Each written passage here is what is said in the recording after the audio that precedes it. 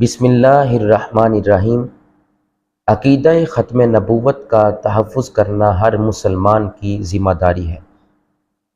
عقیدہ ختم نبوت کا تحفظ شفاعت مصطفیٰ کریم علیہ السلام کا ذریعہ ہے۔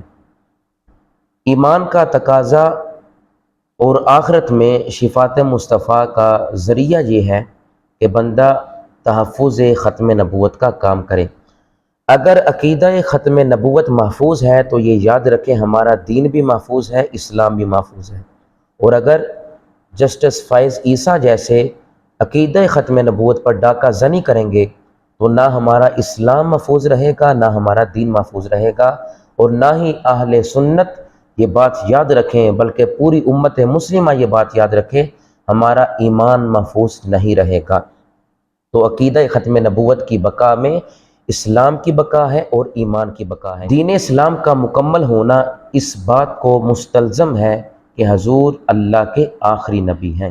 پہلے زمانے سے لے کر آج تک پوری امت کا اجماع ہے کہ آقا علیہ السلام اللہ کے آخری نبی ہیں۔ اگر کوئی دعوی نبوت کرے تو وہ کافر ہے۔ امام اعظم ابو حنیفہ کا موقف آپ کے سامنے رکھنا چاہتا ہوں۔ آپ کے نزدیک حضور کے بعد جو نبوت کا دعویٰ کرے یا اس سے دلیل کو طلب کرے وہ اس نے کفر کیا، وہ کافر ہو گیا۔ مسئلہ ختم نبوت اساس ایمان اور مدار ایمان ہے۔ ایمان لانا ضروریات دین میں سے ہے۔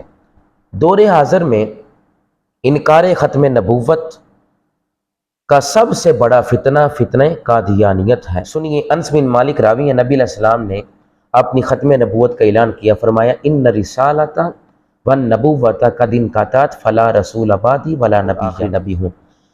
احادیث سے یہ بات واضح ہوتی ہے کہ عقیدہ ختم نبوت بڑا حساس مسئلہ ہے۔ ان رسالۃ والنبوۃ قد انقطعت فلا رسول بعدی ولا نبی، پہلی حدیث ترمذی شریف کی۔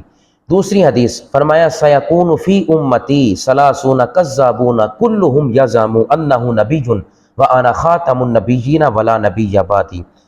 فرمایا سنن دارمی کی حدیث کیا ہے، فرمایا ان جابر بن عبداللہ، حضرت جابر بن عبداللہ کہتے ہیں نبی علیہ السلام نے فرمایا انا قائد المرسلین، میں مرسلین کا قائد ہوں، ولا فخر وانا خاتم النبیین ولا فخر، فرمایا وانا شافع و مشفع ولا فخر۔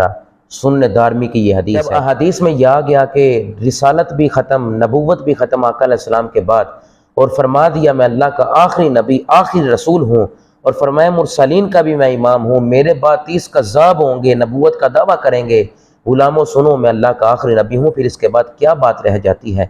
اگر احادیث پڑھتا جاؤں تو بخاری کی حدیث ہے، نبی علیہ السلام نے فرمایا ان محمد ابن جبیر ابن موتم ان ابیہ، حدیث مصطفیٰ ہے، قال قال رسول اللہ صلی اللہ علیہ وسلم، نبی علیہ السلام نے فرمایا لی خمسۃ